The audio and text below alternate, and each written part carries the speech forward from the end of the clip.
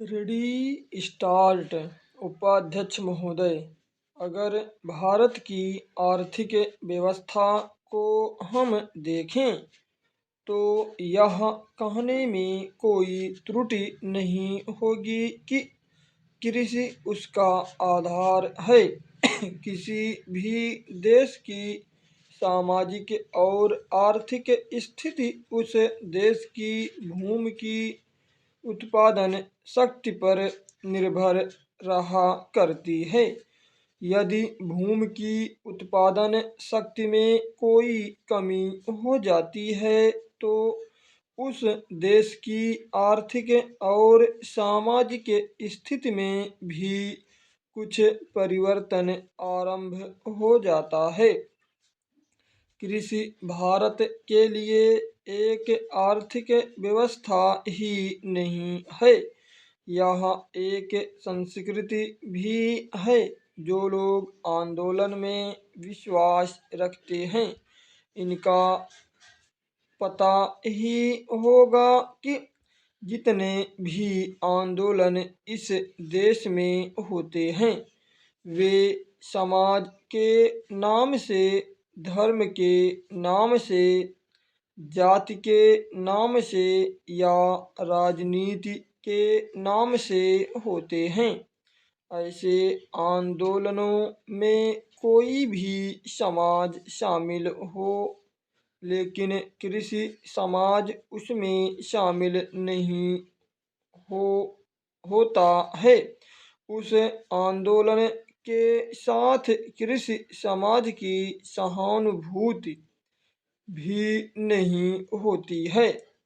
इसलिए यदि सभी बातों को ध्यान में रखकर हम देखें तो इस देश के लिए आवश्यक यह होगा कि हमारी संस्कृति की रक्षा के लिए और जीवन प्रणाली की रक्षा के लिए कृषि पर विशेष ध्यान दिया जाए।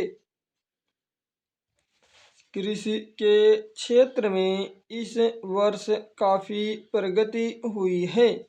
यदि आप 1801 से 1901 तक का काल देखें तो आप देखेंगे कि हमारे देश में 31 अकाल पड़े, जिनमें 4 करोड़ लोग मरे।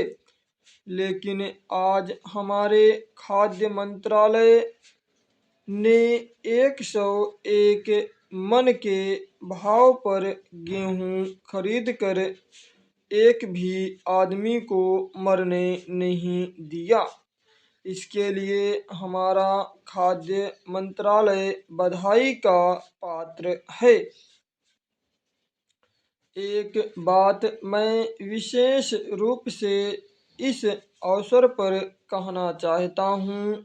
आजकल हम लोग मानव शक्ति पर ज़्यादा ध्यान न देकर पूंजी पर ज़्यादा निर्भर रहने की कोशिश करते हैं।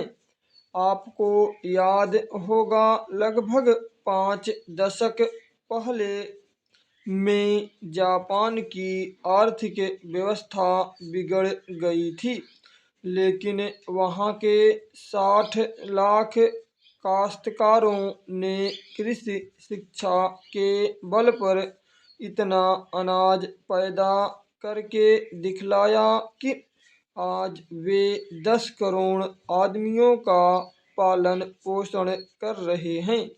वहाँ पर 30 ऐसे विश्वविद्यालय हैं जिनमें कृषि की शिक्षा दी जाती है, जिनसे 16,000 छात्र प्रतिवर्ष शिक्षा प्राप्त करके निकालते हैं। आज हमारे देश में पर्याप्त कृषि विश्वविद्यालय स्थापित हो चुके हैं। हमारे देश की 120 करोड़ जनसंख्या को दृष्टि में रखते हुए जापान एक बहुत छोटा सा राज्य है, शायद हमारे राजस्थान से कुछ ही बड़ा है। स्टॉप।